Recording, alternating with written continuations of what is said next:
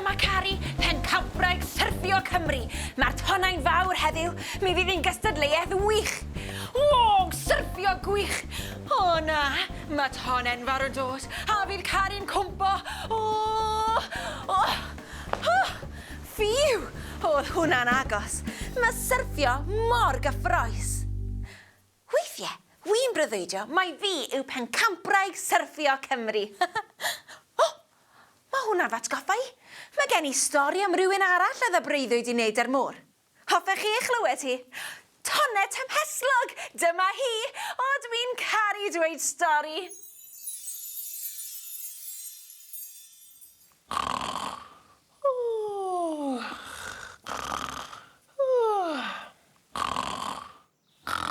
Roedd Pari Pitw yn cysgu'n braf.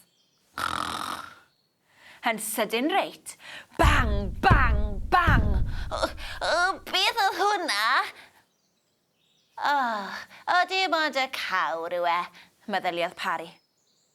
Ac aeth yn ôl i gysgu.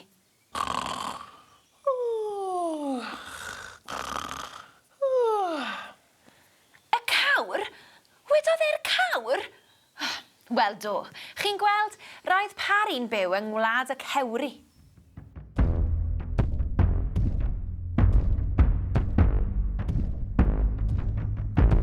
A dweud y gwir, roedd y Cewri'n gyfeillgar iawn. Helo. Ac roedd Pari'n reit hapus i fyw yn ei plith. Ar wahân i un peth. Roedd Pari'n breuddwydio am fynd i forio. Ond roedd y cychod yng ngwlad y Cewri yn llawer i fawr iddo fe. Dychmygwch fod mewn gwlad ble mae popeth yn enfawr. Y coed, y tai, y losin. Roedd Twm a Tili Llygoden yn meddwl bod Pari'n rhy bitw i fynd i forio. Ond roedd Pari'n benderfynol. Mi ddaw fy mreiddwyd yn wir un diwrnod, gewch chi weld, meddai. A chi'n gwybod beth? Roedd e'n iawn. Un bore, roedd y cawr yn hyd yn oed mwy swnllyd nag arfer. Bang! Crash! Bang! Mae'r tŷ ma'n aniben tŷ hwnt, cwynodd. Hen bryd i mi gael gwared ar holl drigareddau yma a mynd â nhw i'r siop elusen. Roedd Pari'n gyffro i gyd pan welodd y badell ffrio ym mocs elusen y cawr. Fydde hwnna'n neud cwch perffaith, meddyliodd. Croeso i ti gael y badell ffrio os ti moyn, medda'r cawr. a phob lwc dy'r hwylio. Cyn bo hir, roedd Pari'n barod i fynd. Ac roedd Tili'n mynnu ei fod yn mynd â sgarff gyda fe, i'w gadw'n dwym. Gwych, gwych! Mae'n oer ar y môr! Meddai Tili. A beth os daw storm? Meddai Twm. Chwarddodd Pari. O, diolch am boeni. Mae'n siŵr gaf i dywydd braf. A bant a fe. Roedd Pari wrth i fodd. Roedd ei ar y môr mawr o'r diwedd, a chanodd yn hapus i'w hunan. Mae sŵn yng ngwlad y cawr, sŵn hwyliau'n codi, llygad bach yn gwichian, dweud ffarwel o'r Pari. Ond mwyaf sydyn, cododd storm fawr. Roedd Pari ofn am ei fywyd. Help! Gweiddodd, help! Roedd y tonnau mor uchel ar tŷ, a'r gwynt yn rhio. Wsh! Wsh! Yna, clywodd Pari sŵn rhyfedd.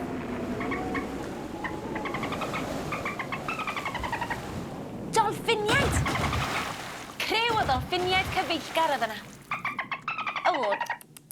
Paid â phoeni, Dylan a ni, galwodd y dolffiniaid. A gyda help y dolffiniaid, cyrhaeddodd Pari ynys fechan. Roedd Pari'n ysu am gael mynd adref, ond roedd y llanw yn bell allan. bydd rhaid i ti aros 6 awr, medda'r dolffiniaid. Dyna mae'n gymeryd i'r llanw fynd mewn ac allan. 6 awr? Mae hwnna'n amser hir. A chneidodd Pari'n ddigalon. Felly penderfynodd y dolffiniaid gynnal sioe i helpu basio'r amser.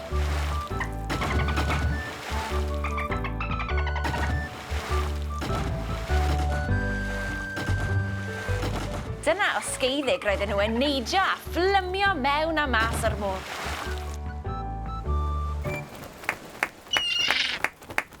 Dwi wrth y modd yn gwylio dolffiniaid yn chwarae. Ydych chi? Maen nhw'n cael cymaint o hwyl ac yn edrych fel eu bod nhw'n gwenu o hyd. O, fydden ni'n gwenu sy'n ni gallu gwneud campau cystal. O'r diwedd, daeth y llanw nôl mewn.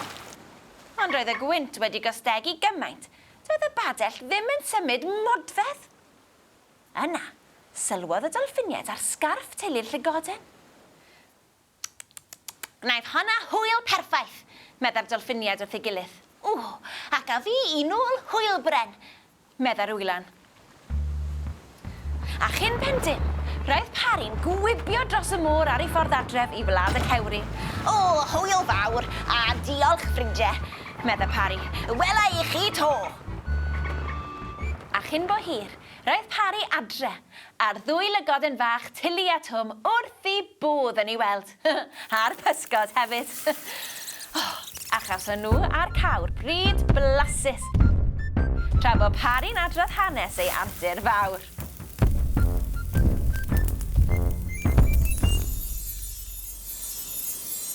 Ble fydd antur nesaf Pari sgwni? Mae'r ateb yn y gan.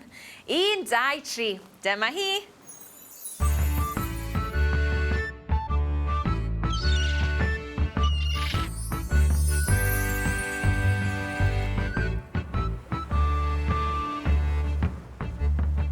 Nofio, neidio, crwydro, morio. Nofio, neidio, crwydro, morio. Diolch i Rioed yn Morio, wel do mewn padell ffrio, chwethodd y gwynt fi'r eil o man, a dyna lle bym i'n crio.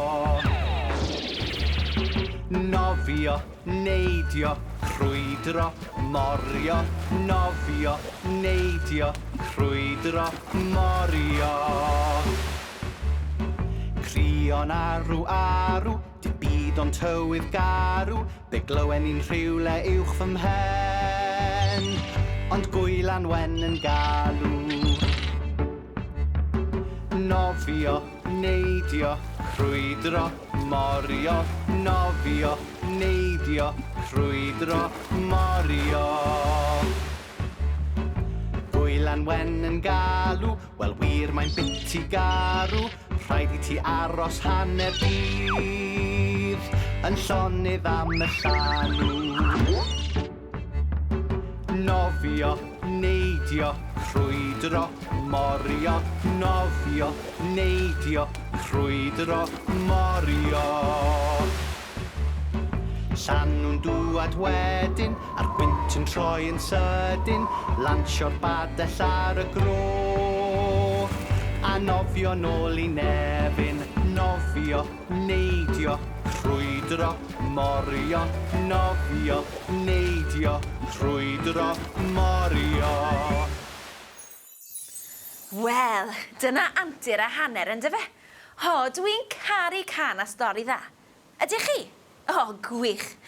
Tan tro nesaf felly. Ta-ra!